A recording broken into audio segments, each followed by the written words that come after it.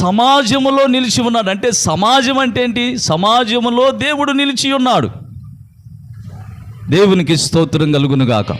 దేవుని యొక్క బిడ్డలారా, దేవుడు ఆయన సమాజంలో ఎందుకు నిలిచి ఉన్నాడంటే, మనం తప్పిపోతున్నటువంటి మనల్ని సమకూర్చటానికి ఆయన దగ్గరికి వచ్చి మనకున్నటువంటి సమస్యల నుంచి, మనకున్నటువంటి వేదనల నుంచి, శోధనల నుంచి, మనకు వస్తున్నటువంటి ఆటంకాల నుంచి, అభ్యంతరాల నుంచి మనల్ని విడిపించాలని ఆయన సమాజంలో ఆయన నిలిచి ఉన్నాడు.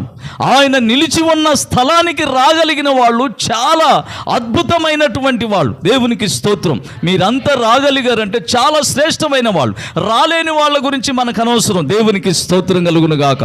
వచ్చిన వారి గురించి దేవుడు సంతోషిస్తాడు, రాలేని వారి గురించి దేవుడు బాధపడతాడు. ఆ బాధ ఎలా మనకు తెలిసిద్దంటే, దేవుని సేవకుడిలో కలుగుద్ది. అది కలిగినప్పుడు ఈ సేవకుడు బాధపడుతుందంటే సేవకుడేం కాదు. దేవునికి స్తోత్రం.